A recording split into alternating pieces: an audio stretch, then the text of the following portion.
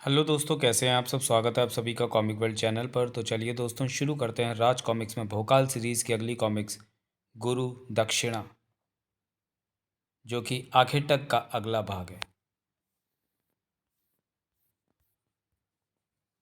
अपमान वह घातक विष जिसका प्रभाव साधारण और संयमी मनुष्य को भी अंधा बना देता है, उसके सोचने समझने की शक्ति को नष्ट कर देता है और उसके मन में भयंकर आग लगा देता है। मन में लगी अपमान की इस आग के कारण लंका जली, महाभारत रचा गया। इतिहास की पुस्तकों में अपमान की आग से मचे विनाश के हजारों कांडों का उल्लेख है, और आज इस पुस्तक में एक और अध्याय जुड़ने जा रहा है। हमारा घोर अपमान करने वाला परिलोक का वह पराभोकाल पृथ्वी पर अपना अधिकार जमाने के लिए मानवता की भलाई में कार्यरत होने का ढोंग कर रहा है। हमें गुरु दक्षिणा में उसकी ढाल और तलवार चाहिए गंगज। आपका आदेश से राखो पर गुरुदेव। शीघ्र ही भोकाल की ढाल और तलवार आपके चरणों में रखकर मैं आपको दूंगा गुरु दक्षिणा। लेखक संजय गुप्ता, संपादक मनीष गुप्ता, चित्रांकन कदम स्टूडियो।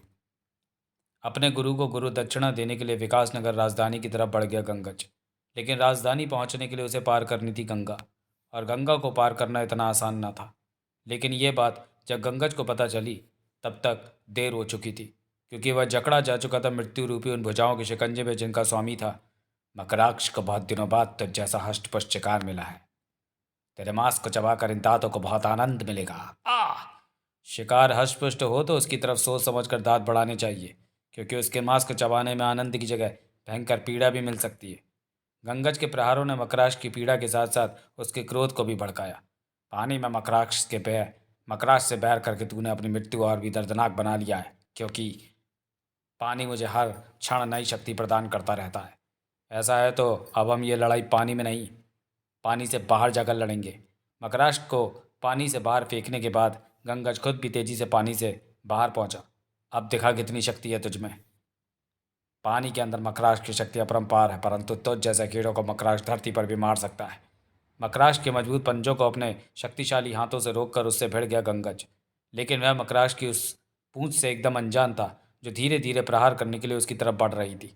और मकराक्ष की उस पूंछ ने अवश्य कोई गजब ढाना था कि तभी उस पूंछ से आ लिपटी किरणों की वह रस्सी जो भोकाल के माथे पर सुशोभित प्रहारा से निकली थी। अगर इधर से गुजरते हुए मेरी दृष्टि इस दृश्य पर न पड़ जाती तो इस चालाक मकर राक्षस ने इस वीर युवक को अपने घातक पूंछ का शिकार बना लिया होता। भोकाल के अचानक वहां आ पहुंचने से मकराक्ष गंगज पर प्रहार करने का जो अवसर चूक गया था, वह अब उसे दोबारा नहीं मिलने वाला था, क्योंकि अब वह गंगज के क्रोध का शिकार बनने जा रहा था। तुम जैसे घातक प्राणियों का धरातल पर कोई काम नहीं, इसलिए जाओ, जाकर सदा के लिए खो जाओ जल की गहराइयों में। गंगज के शौर्य और पराक्रम के उस अद्भुत कारनामे को देखता भोकाल उसकी पीठ थपथपाए बिना न रह सका। शाबाश वीर युवक, तुम्हारी वीरता और तुम्हारे बाहुबल पर विकासनगर एक दिन अवश्य गौरवान्वित होगा। परंतु अभी तुम में परिपक्वता अभी तुम में परिपक्वता की कमी, सॉरी गाइस, परंतु अभी तुम में परिपक्वता की कमी है। अगर ऐसा ना होता तो तुम मकराक्ष की उस पूंछ के प्रति अवश्य सावधान रहते, जिसका वार तुम पर अत्यंत घातक सिद्ध होता। सहायता के लिए धन्यवाद श्रीमान। धन्यवाद की कोई आवश्यकता नहीं है पराक्रमी। तुमने एक बार भोकाल की सहायता करके इस घटना के बारे में जानने के लिए पड़े आखिर तक उसे अपना ऋणी बना लिया था। भोकाल ने तुम्हारी सहायता करके वह ऋण चुका दिया। भोकाल? ये भोकाल था? किम कर्तव्य विमूढ़ सा अपनी आंखों से ओझल होते उस भोकाल को देखता रह गया गंगज, जिस तक जल्द से जल्द पहुंचने को व्यग्र थे उसके कदम, जिस पर झपट पड़ने को मचल रहे थे उसके हाथ, लेकिन अब ना कदम उठने के लिए तैयार थे और ना हाथ। बेजान प्रतिमा की भांति स्तब्ध खड़ा था वह, और न जाने कब तक वह वैसे ही खड़ा रहता अगर उस तेज शोर ने उसका ध्यान अपनी तरफ न खींचा होता। और वह तेज शोर था उन पशुओं का जो गंगा के जल के प्रवाह में फंस गए थे। बा जो प्रचंड वेग से बढ़ रहा था और बढ़ता ही जा रहा था। ओह, तेजी से बढ़ता जा रहा है गंगा के प्रवाह का वह वेग उन निरीह पशुओं की मृत्यु का कारण बन सकता है। मुझे उन पशुओं को बचाना होगा और उसके लिए रोकना होगा गंगा के प्रचंड प्रवाह को। गंगज ने संभाल लिया अपना धनुष बाण और दूसरे ही क्षण दिखा दिया कि वह ऐसा अद्भुत और विलक्षण धनुर्धर था जिसके बाड़ों में पर्वतों को चकनाचूर करने की शक्ति और गंगा के प्रवाह को रोक देने की क्षमता थी।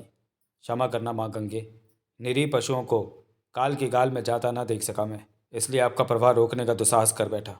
और ये दुस्साहस करके तुमने दिखा दिया कि हम जो तुम्हारी परीक्षा ले रहे थे उसमें तुम 100% सफल हो। गंगा माँ, अपने पुत्र का परिणाम स्वीकार करो माँ। आपने मेरे समक्ष साक्षात प्रकट होकर मुझे धन्य कर दिया। हमें तुम पर गर्व है पुत्र। हमें विश्वास है कि तुम हमारे दूत की लाज रखते हुए अपने पराक्रम और अपनी विनाश विजयशीलता की कीर्ति पताका संपूर्ण विश्व में फहराओगे। जाओ पुत्र, हमारा आशीर्वाद सदा तुम्हारे साथ रहेगा। फिर गंगा अथाह जल में विलीन हो गई और गंगाज अपनी राह चल पड़ा। लेकिन अब उसके कदम राजधानी की तरफ नहीं, वापस आश्रम की तरफ बढ़ रहे थे। और ऐसा इसलिए कि भोकाल को देखकर उसके मस्तिष्क में भावनाओं का जो तूफान उठा था उसे महायोगी योगेश्वर ही शांत कर सकते थे। या तो तुम्हें हमारे कथन पर विश्वास नहीं है, या फिर तुम भोकाल को देखकर उसके तेज से ऐसा भय खा गए हो कि गुरु दक्षिणा देने के अपने वचन से मुकरना चाहते हो। क्षमा करें गुरुदेव, मेरा ऐसा कोई मंतव्य नहीं है, परंतु फिर भी ना जाने क्यों मेरा हृदय यह कहता है कि भोकाल सच्चे हृदय से पृथ्वी और मानवता की सेवा में रत है। उसकी सूरत को देखकर तुम्हारा हृदय धोखा खा गया है कंगज। वास्तविकता यह है कि भोकाल से दुष्ट और कोई दूसरा नहीं। आओ, हम तुम्हें दिखाते हैं उसकी दुष्टता का प्रमाण। गंगज के मन मस्तिष्क में भोकाल के प्रति जहर भरने के लिए गहरा षड्यंत्र रच चुका था वह महायोगी, जिसे परवाज चढ़ाने के लिए वह उसे गंग कबीले ले गया था। यह तुम्हारा कबीला है गंगज। इसकी जो दुर्दशा तुम देख रहे हो उसका उत्तरदायी मात्र भोकाल ही है। कुछ समय पूर्व यह कबीला तुम्हारे पिता के पास मौजूद जलमणि के प्रताप के कारण सुख समृद्धि से भरपूर था, परंतु भोकाल को वह सुख समृद्धि फूटी आंख ना भाई। उसने तुम्हारे पिता की हत्या करके जलमणि हत्या ली। नहीं, सत्य यही है पुत्र गंगज, और उसका प्रमाण यह है कि जलमणि उस हत्यारे भोकाल के पास है। महायोगी सत्य कह रहे हैं सरदार पुत्र। हमारे कबीले को तबाह करने के लिए भोकाल ने ना मात्र सरदार की हत्या की, बल्कि विकास नगर के सैनिकों के साथ हमारे कबीले में जमकर लूटपाट भी की। हाँ सरदार पुत्र, हमारे कबीले की दुर्दशा का उत्तरदायी भोकाल ही है। कबीले वालों की करुण पुकार ने गंगज को मेघ की भांति गरजने के लिए विवश कर दिया। आपकी बातों पर संदेह करके मैंने जो पाप किया है उसके लिए मुझे क्षमा करें गुरुदेव। मैं आपके चरणों की सौगंध खाता हूँ। मैं आपको भोकाल की ढाल और तलवार तो लाकर दूंगा ही, साथ ही उसका कटा हुआ सिर भी लाकर दूंगा। तुम्हारे यही तेवर देखने के लिए हमने कुछ कबीले वालों को अपने साथ में लाकर योजना बनाई थी। विकासनगर राजधानी, सुखी और खुशहाल था जिसका हर नागरिक। लेकिन वे सुखी और खुशहाल रहने वाले नहीं थे, क्योंकि आज उनके सुखों और खुशहाली पर ग्रहण लगाने आ पहुंचा था जल का वह प्रचंड वेग। और बचाओ आ और आ पहुंचा था गंगज, जिसने धारण किया हुआ था गंगास्त्र। गंगास्त्र धरती पर जहां भी टकराता था वहीं से धरा के सीने को फाड़कर पूरे वेग से गंगा बाहर निकलती, फड़ाम सर्र, और प्रचंड वेग से प्रलय मचाने बढ़ जाती। बचाओ आ! नगर में आई इस भीषण बाढ़ का जिम्मेदार वह, रोको उसे। बिना एक भी क्षण गवाए सैनिकों ने गंगज को घेर लिया। अपना अस्त्र फेंक कर आत्मसमर्पण कर दो, अन्यथा असमय ही मृत्यु को प्राप्त होगे। प्रलय को मृत्यु का भय दिखाकर डराना चाहते हो मूर्खों। शायद तुम जानते नहीं कि जब प्रलय आती है तो मृत्यु भी तुम दबाकर भागती है। आ, आ! धरा के सीने को फाड़कर निकली गंगा की सैकड़ों धाराएं सैनिकों के शरीरों को सूखे पत्तों की भांति फाड़ती चली गईं। वातावरण सैनिकों की चीख पुकारों और गंगज के ठहाकों से गूंज उठा। हा हा हा हा हा। प्रलय ऐसे ही तब तक राजधानी की गलियों में अपना तांडव करती रहेगी जब तक भोकाल मेरे सामने नहीं आ जाता। रोक अपने इस विनाश को मूर्ख युवक, और देख, भोकाल तेरे सामने खड़ा है। अच्छा हुआ तू शीघ्र ही मेरे सामने आ गया भोकाल, अन्यथा मेरे क्रोध की लहरों में बह गया होता समस्त विकासनगर। तुझे विकासनगर का रक्षक समझकर मैंने बहुत बड़ी भूल की थी।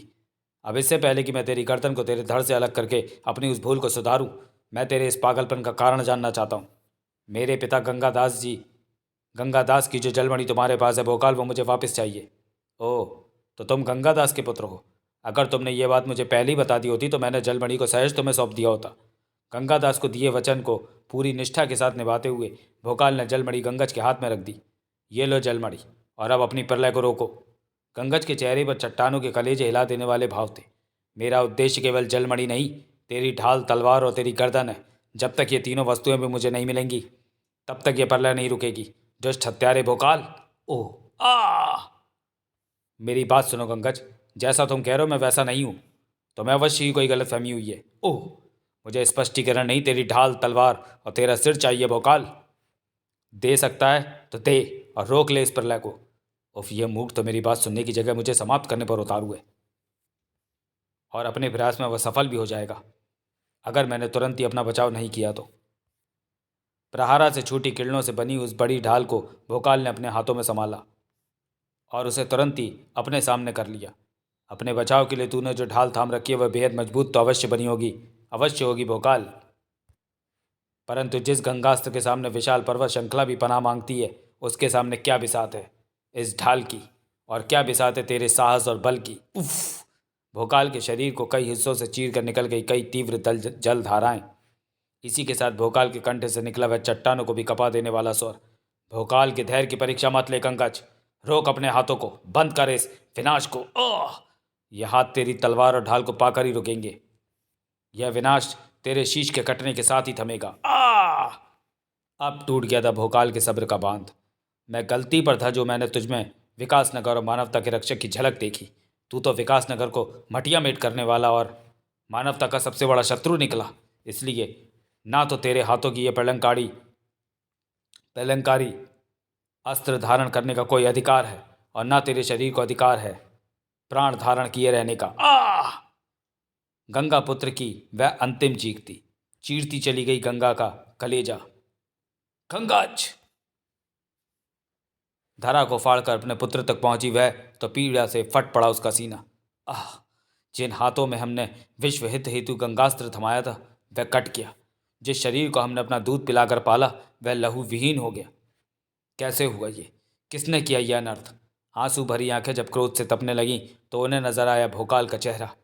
एक मनुष्य ने किया यह अन्याय, जिसका दंड सारी मानवता को भुगतना होगा। प्रतिशोध की आग से धधक उठी गंगा भगवान शिव की जटाओं से आज़ाद होने के लिए तड़प उठी वे।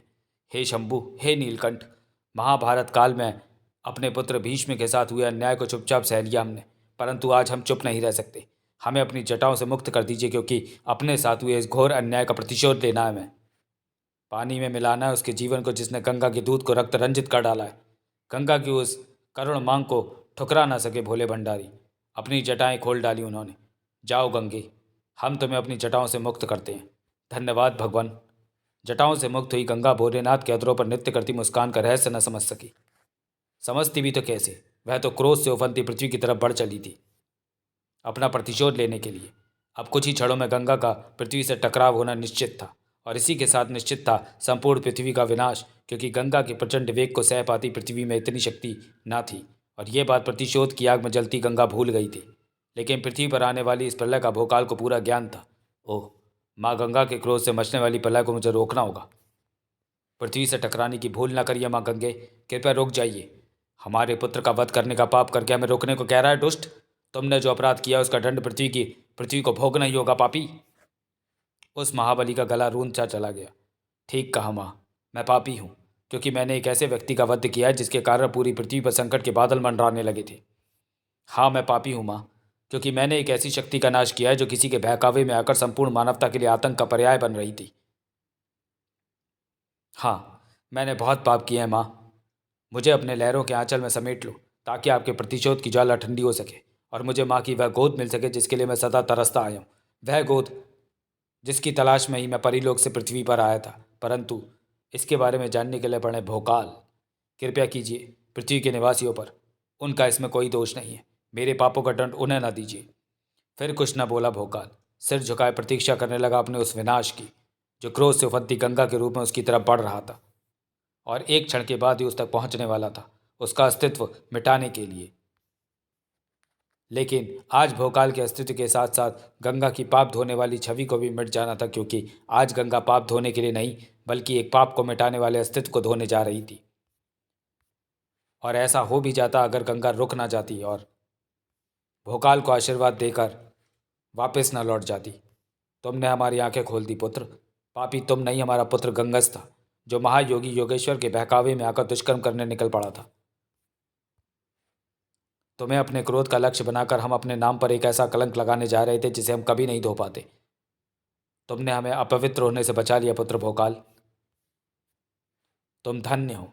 हम पहले ही जानते थे गंगे कि तुम्हें अपनी भूल का एहसास होगा और तुम वापस हमारी जटाओं में लौटोगी। आपके इस आभार के लिए संपूर्ण मानवता सदा आपकी आभारी रहेगी माँ गंगे। हिम की भांति शीतल होकर भोकाल को आशीर्वाद देती वापस लौटी गंगा। समाप्त। तो चलिए दोस्तों, वीडियो को यहीं समाप्त करते हैं और मिलते हैं भोकाल सीरीज़ के अगली कॉमिक्स दुर्गमा में। तब तक के लिए धन्यवाद।